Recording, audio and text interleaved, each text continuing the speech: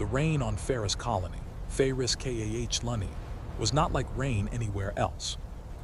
This was not a poetic observation, it was a meteorological fact, documented in the colony's environmental assessment reports, and complained about by every resident who had arrived from somewhere with a more reasonable atmosphere. Ferris Colony sat at the intersection of three competing pressure systems that produced, for approximately 40% of the standard year, a rain that was less a precipitation event and more a sustained argument between the sky and the ground. It came sideways, it came upward. Occasionally, it found gaps in waterproofing that had not previously been gaps. It was cold in a way that was specifically personal, as though it had identified you and decided. Chief Engineer James Okafor, Okafor, had lived on Ferris Colony for 7 years and had made his peace with the rain. This peace was practical rather than fond. He had the correct gear. He had learned the correct routes between structures, and he had developed the specific relationship with persistent discomfort that came from choosing to stay somewhere difficult because the work was worth staying for. The work, in his case, was the maintenance and repair of the colony's deep-range vessel fleet. Ships came to Ferris Colony damaged from the outer runs, or simply worn from years of hard service, and James Okafor fixed them. He was very good at this. He was not the sort of person who described himself as very good at anything. But the ships he fixed did not break again in the same way, which was the metric that mattered. The ship in Bay 12 was called the Continuance, Continuance. It had arrived 3 days ago under emergency protocols, limping in from the outer corridor on 2 of its 4 drives, with a navigation system that the arriving pilot had described as interpretive, and a hull breach in the secondary cargo section that had been field patched with materials that James, upon inspection, had classified as creative. The ship's owner was a Velhari, trader named Sova Rel, Sova Rel. She had been on Ferris Colony for 3 days. Waiting, she had spent those 3 days in the transit lounge, in the mess hall, and twice in the bay itself, watching James work with the expression of someone who had been told not to interfere and was finding this instruction difficult. On the 4th day, the rain came sideways. James was in the bay, halfway through the drive housing replacement, when the weather seal on Bay 12's exterior access failed. The bay was not fully enclosed, it was a covered work area, open on one side to the landing field, and the weather seal was what kept the elements out when conditions were poor. The weather seal failed in the specific way of things that have been asked to perform beyond their rating for too long. The rain came in. James looked at it. He looked at the drive housing, which was half replaced. He looked at the rain, then he put his head down and kept working, because the drive housing needed to be finished before the rain reached the open coupling, which it would in approximately 20 minutes. Sova Rel appeared at the bay entrance 11 minutes later. She had a tarpaulin, tarpaulin. She had found it somewhere in the transit area. It was the colony's emergency cover material, bright orange. Not designed for this, but adequate. She positioned herself between the open coupling and the rain, and held the tarpaulin in place without being asked. James looked up at her. She looked back at him with the expression of someone who has identified a problem and addressed it, and is waiting for the situation to continue. He went back to work. 9 minutes later, the coupling was sealed, the drive housing was replaced. The rain was still coming in, but it no longer mattered to the repair. James straightened up, pushed wet hair out of his eyes, and said, "Thank you." "The coupling," said Sova Rel, "it would have been damaged." "Yes," said James.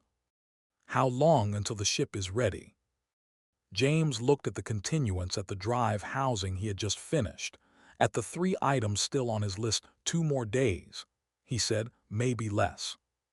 She nodded. She was still holding the tarpaulin. In the sideways rain, on the 4th day of waiting for a ship, she needed to get back to her route. "You can put that down," said James. "I know," said Sova Rel. She did not put it down immediately. She looked at the ship, then she said, "It is a good ship." "It is," said James. "It will be better when I'm done." She looked at him, something in her expression shifted in a way he did not have the vocabulary to read yet. "I know that too," she said. She put down the tarpaulin. She went back to the transit lounge. James stood in the rain for a moment, looking at the work he had left to do, and the ship, and the entrance where she had been. Then he went back to work. Welcome back to Fitzage. Today's story is different from most of what we cover on this channel. There are no battles, no negotiations, cognitive assessments or legal arguments. There is a broken ship, a rain that comes sideways, a man who fixes things, and a Velhari trader who holds a tarpaulin in the weather because the coupling needs to be protected, and she can see that it does. And underneath all of that, underneath the work and the rain, and the 2 days of repair, something else is being fixed that neither of them has language for yet. This story is for the men who show up and do the work without announcement, who fix what is broken, because it is broken, and they can fix it, who do not have language for everything they are doing, but do it anyway. And it is for the people who hold the tarpaulin without being asked. Sometimes that is the whole thing.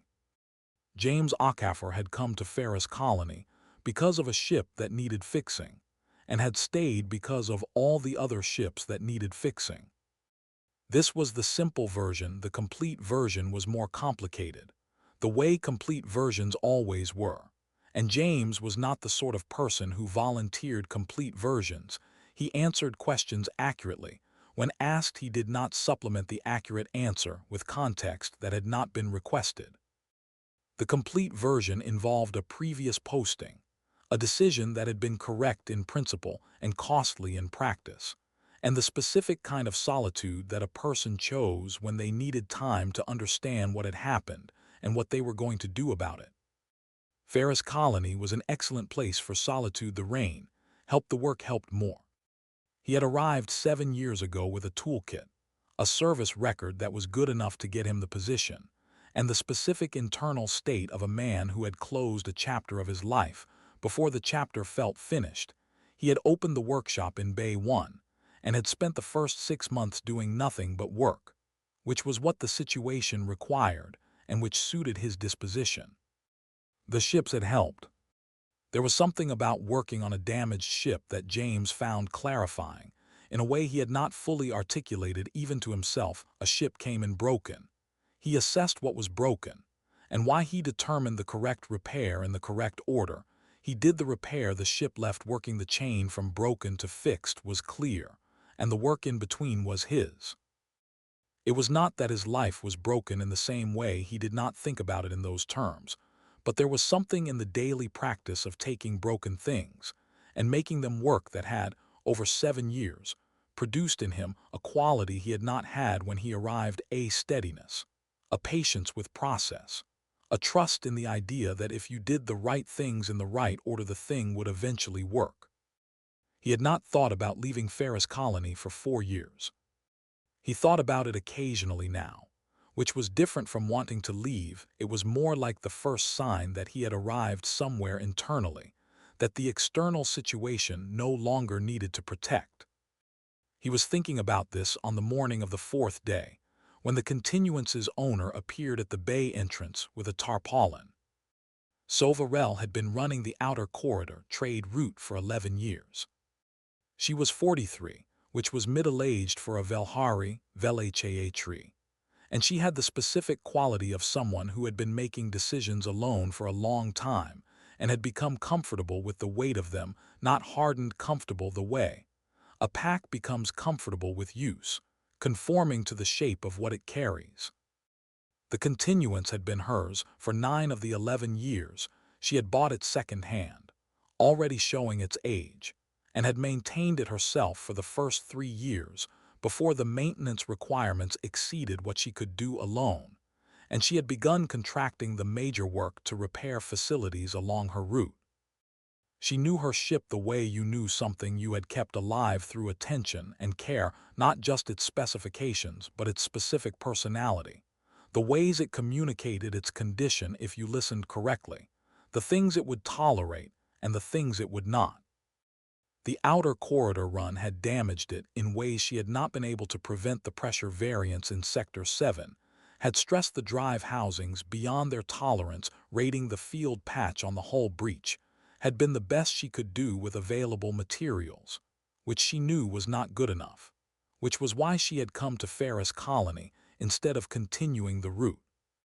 She had been to Ferris Colony twice before, both times for routine maintenance. She had not worked with James Okafor before. The previous work had been done by the other engineer in the facility, who had since moved on. She had been assigned to James by the facility coordinator and had not had any particular expectation. The first day, she had watched him assess the continuance for 3 hours. He had not spoken much during the assessment. He had moved through the ship methodically, in an order that he recognized after a while as the order of a person who understood ships structurally, who was building a picture of the whole. Before addressing the components, he asked her 4 questions, each one precise, each one the question she would have asked if she had been assessing someone else's ship.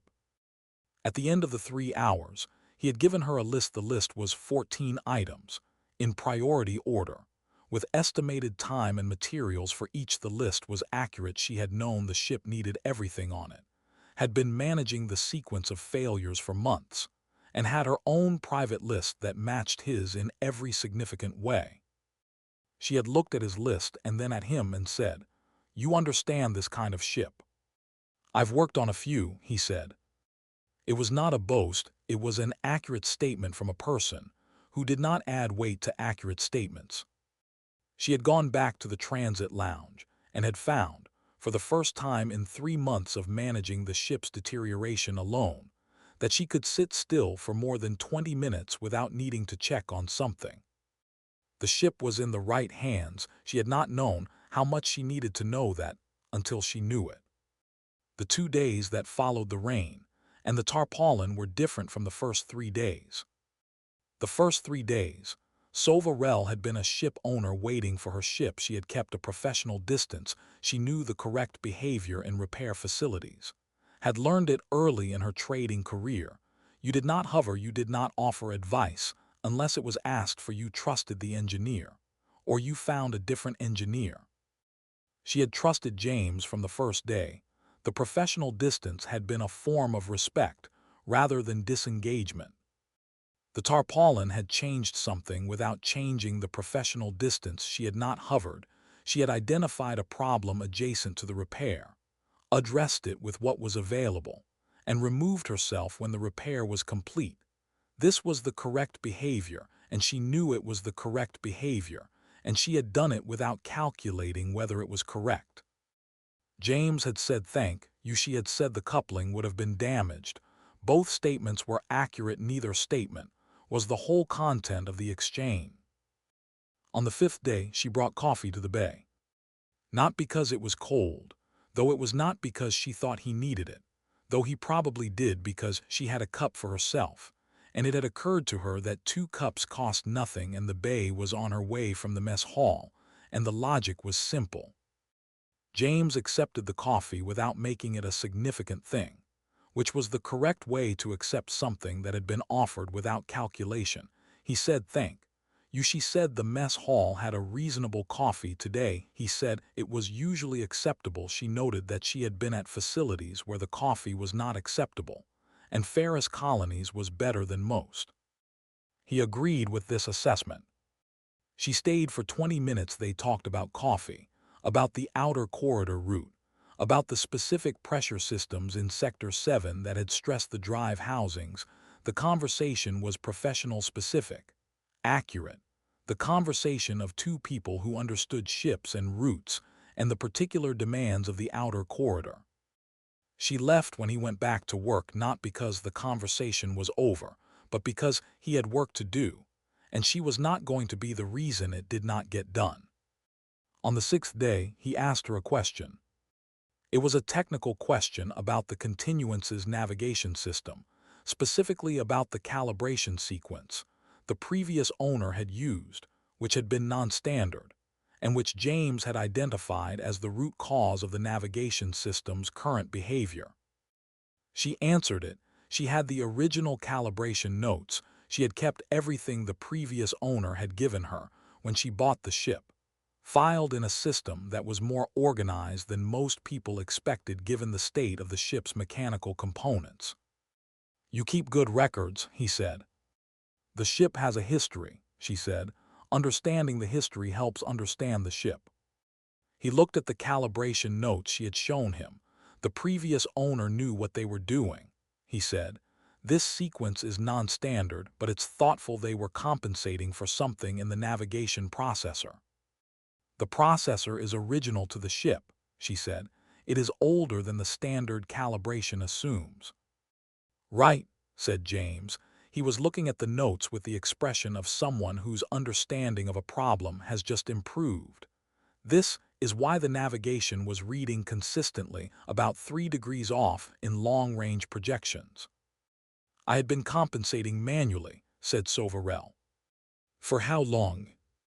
"6 years," she said. He looked up at her. 6 years of manual compensation. "It was manageable," she said. "It doesn't have to be," said James, "if I calibrate the system to account for the processor's age. You won't need to compensate manually. The navigation will read correctly."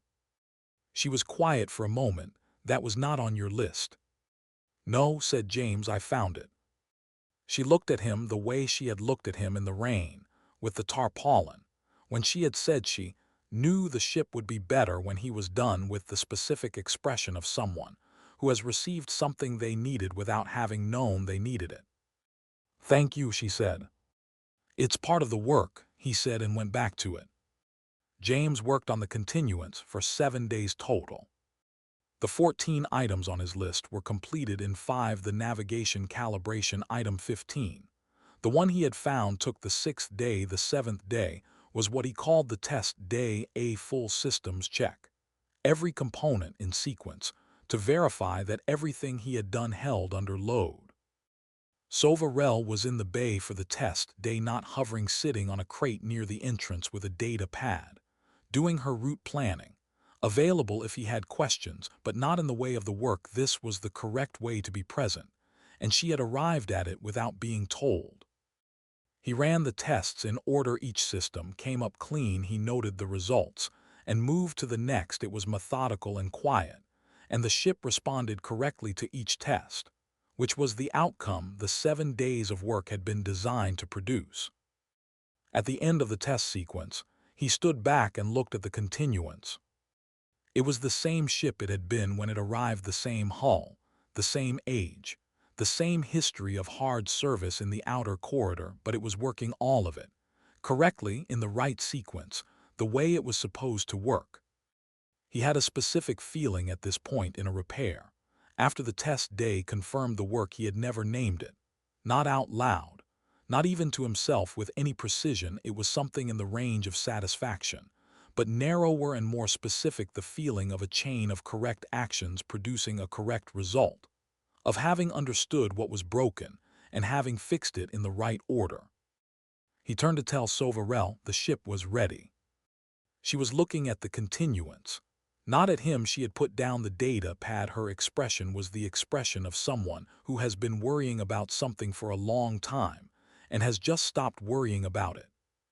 He understood this expression. He had worn versions of it himself over 7 years, at different points when different things had resolved.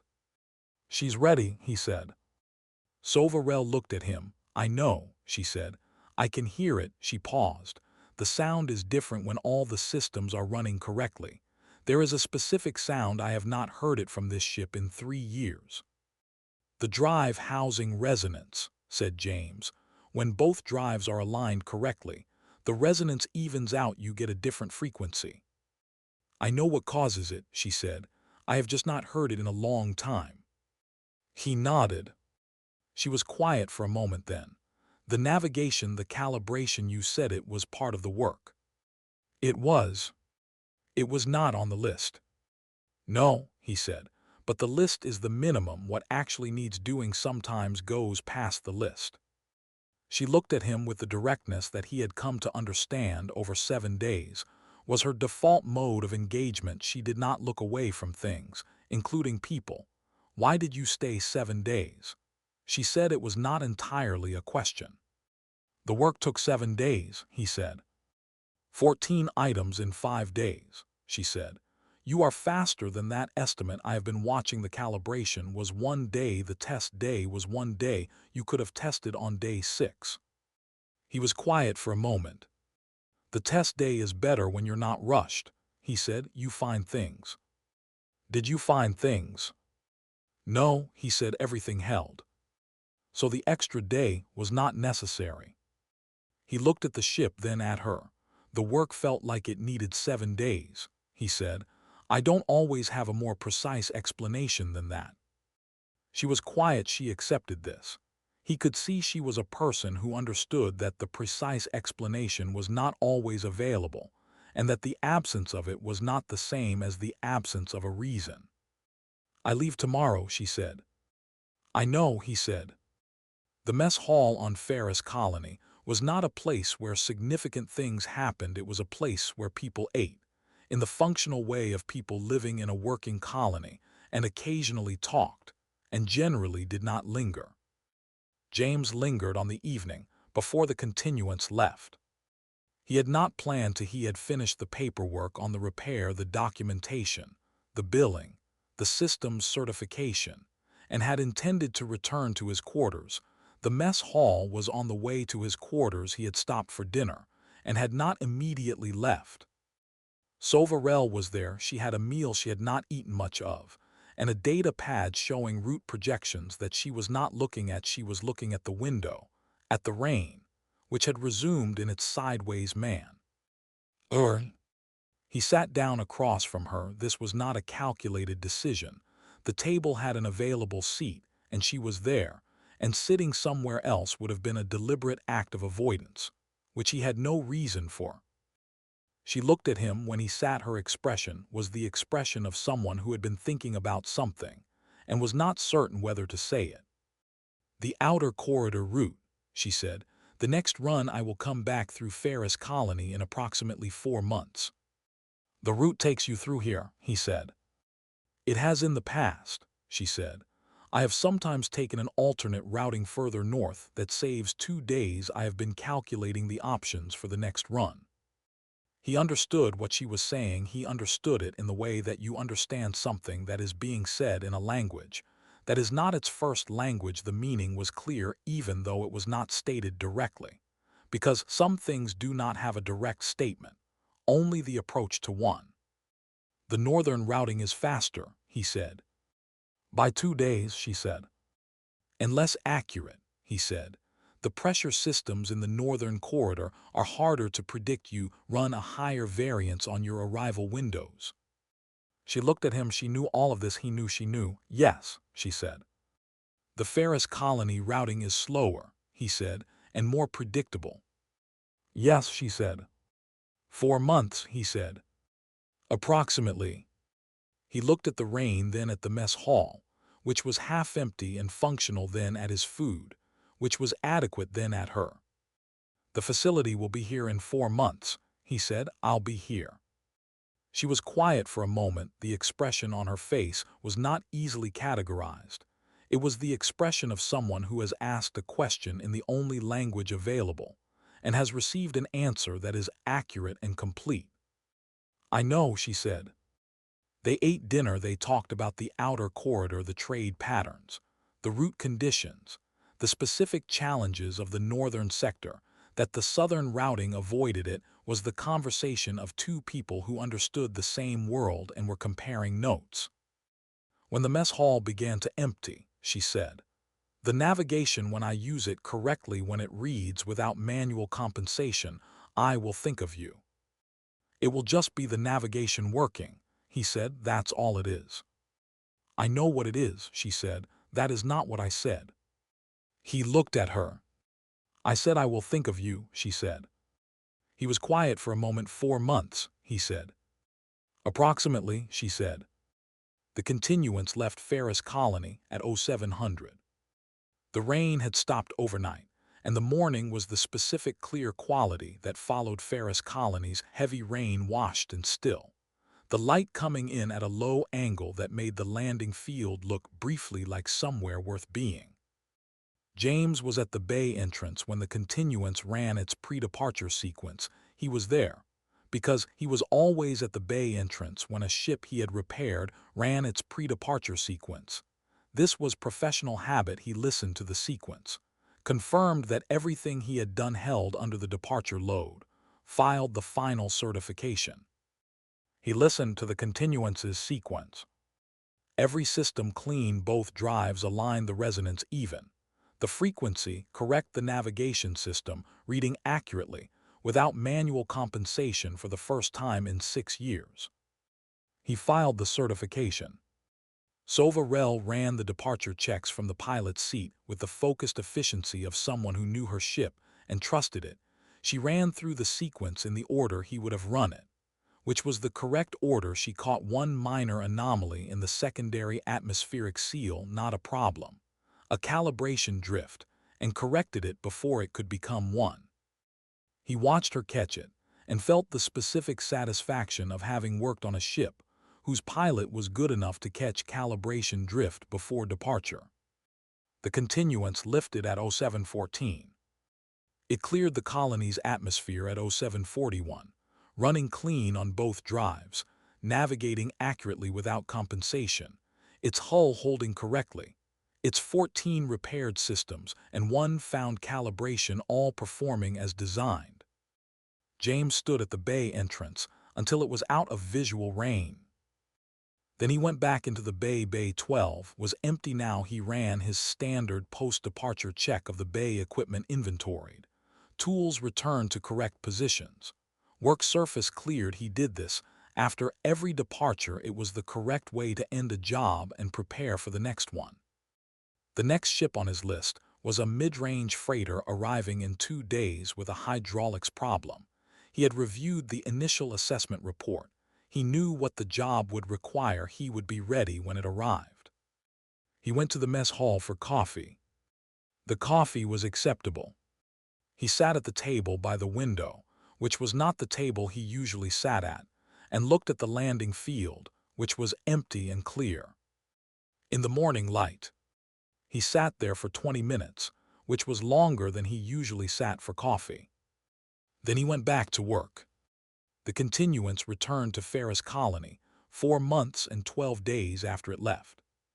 The 12 extra days were attributable to a delay in the northern sector, not the northern routing, which Sova Rel had not taken, but a weather event in the northern part of the standard route that had required a timing adjustment. She had filed the adjustment notice through the standard route communication system, and it had reached the facility coordinator, who had passed it to James in the way of routine administrative information. He had noted the delay. He had not mentioned noting it. The Continuance arrived at 0900 on a day when the rain was light present but not sideways. The variety that Ferris Colony produced when it was being reasonable. James was in Bay 3, working on a long-haul transport's fuel regulation system, when the facility coordinator notified him that Bay 12 had been allocated, and the inbound vessel was the Continuance. He finished the step he was on in Bay 3, then he walked to Bay 12. The Continuance came in on its own power, both drives clean. Navigating accurately, he watched it settle into the bay with the specific competence of a ship that was working correctly, and a pilot who knew it. The landing was clean. The post-landing sequence was run in the correct order. The bay door opened. Sova Rel walked out carrying a bag and the specific quality of someone who has been on a long run and has arrived somewhere they intended to arrive. She looked at him.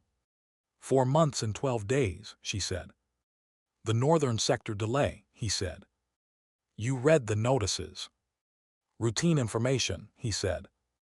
She looked at him with the directness he remembered. The navigation worked, she said. The entire run. I did not compensate manually once. It should work, he said. That's what the calibration was for.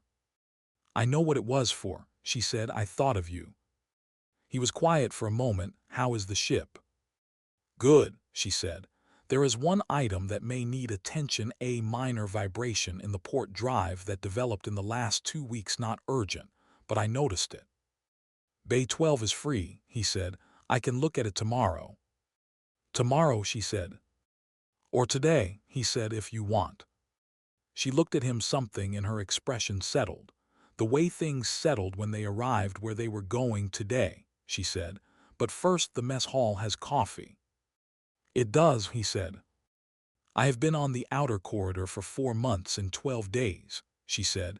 The coffee on the outer corridor is not acceptable. The coffee here is, he said. I know, she said. I thought about that too.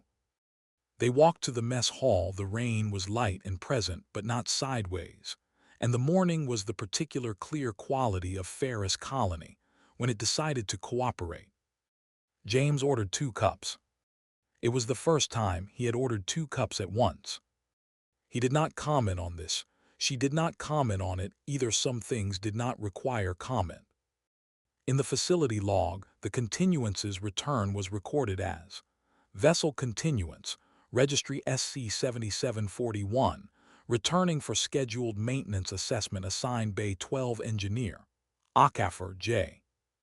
In James's private work log, which he kept in a small notebook that lived in his jacket pocket, he made a note under the day's date. It said, Continuance returned port drive vibration, investigate tomorrow, navigation held. Below that, after a moment, he added one more line. 4 months and 12 days. He did not add anything to that line. It did not need anything added. In the bay, empty now. The equipment was inventoried and the tools were in their correct positions, and the work surface was clear. Ready for the next job. The next job was going to take as long as it took. He was finding, sitting at the table by the window with 2 cups of coffee and the rain light outside, that he did not mind that. And that is the story of 7 days, a broken ship, a tarpaulin in the rain, and a navigation calibration that was not on the list. Here is what I want to leave with you today. James fixed 14 items on the list. He fixed a 15th that he found. He took a 7th day that was not strictly necessary, because the work felt like it needed 7 days. And in the course of doing all of that, he fixed something that was not on any list, and that neither of them had a precise name for. He did not do this strategically. He did not have a plan. He showed up, assessed what was broken, and fixed it, all of it, including the things adjacent to the assignment, including the item he found that was not on the list, including the day he took because the work felt like it needed it. That is the whole of it. The men this channel is built for know this way of being in the world. They fix the thing that is broken. Because it is broken, they find the item that was not on the list. Because they are paying attention, they take the extra day, because something in them knows the work is not finished. They do not always have a precise explanation for why. And sometimes not always, but sometimes what they are fixing is not only the broken ship. Sometimes the work is also the answer to a question that has not yet been asked out loud. Sometimes the tarpaulin held in the sideways rain is the beginning of something that takes 4 months and 12 days to continue. Sometimes the navigation that works correctly for the first time in 6 years is what makes someone think of you on the outer corridor in the dark. Show up, do the work, fix what is broken in the order it needs fixing, find the item that was not on the list. The rest takes care of itself.